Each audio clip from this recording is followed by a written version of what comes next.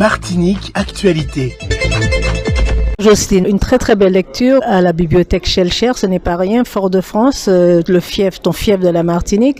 Quel ressenti? Parce que cette lecture était extraordinaire. Moi, que j'ai lu ce livre 2, 3, 4 fois et il me semble n'avoir pas entendu ces paroles-là. Le choix était je pense que c'est Yasmina Delroyer qui a fait le choix, Madame Yasmina Delroyer, et j'étais en fait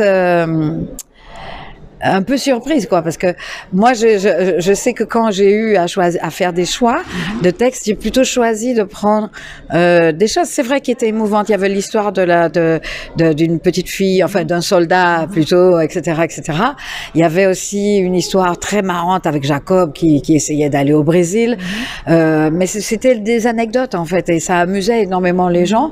Et en fait, Yasmina a choisi réellement des moments extrêmement forts, donc des moments sur l'histoire, sur notre histoire, qui sommes-nous, les recherches, l'identité, le moment où moi je me rends compte que en fait tout le monde n'a pas de lumière, voilà, tout le monde n'a pas de caveau, tu vois, et donc c'est la dure réalité et compagnie. Et puis elle part aussi sur la construction de Cassave et un petit peu ce qui démarre ma carrière, c'est-à-dire tous les à côté de Cassave avec Marius Cultier et compagnie. Et ça, en fait, tout ça se passe quasiment en même temps, quoi, sur les débuts de Cassave et tout. C'est toute ma construction. En fait, elle n'est pas rentrée dans le détail véritable de toute ma vie, ce qui laisse toute la liberté au lecteur de découvrir donc le reste. Il y a un tas de belles choses.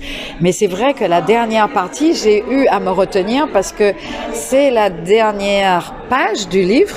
Je ne l'ai relue qu'une seule fois. Quand je l'ai relue, j'ai pleuré. Donc, j'ai dit que je ne veux plus la relire.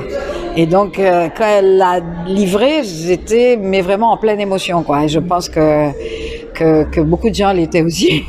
Voilà. Question, Jocelyne. Aujourd'hui, je crois que on peut prendre conscience que tout le monde, le public, te considère comme l'écrivain que tu es, parce que tu as écrit des chansons. Une chanson, c'est une histoire, c'est presque un scénario, c'est presque un film. Toi, comment tu te sens dans ce costume d'écrivain? Le costume d'écrivain, je ne peux pas dire que je l'ai encore. Je crois qu'il était nécessaire d'écrire l'histoire de Cassave. Il m'a été réclamé Cassave vu de l'intérieur, ce qui fait que ça devient ma biographie, c'est ma vue, c'est ce que j'ai traversé avec Cassave, mais qui raconte l'histoire de Cassave quand même. Mais il y a pas, pour moi, c'est de la narration, quoi. Mais c'est pas.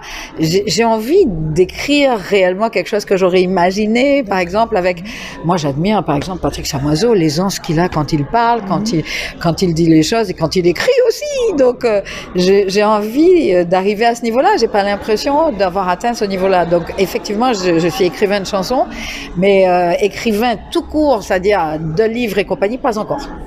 Voilà. En tout cas, on le souhaite. Voilà. Et merci beaucoup. Aussi. À bientôt. Merci, à bientôt. Outremernews.fr, le site de l'actualité Outre-mer, 24 heures sur 24 et 7 jours sur 7. Retrouvez la chaîne Outremer News sur YouTube.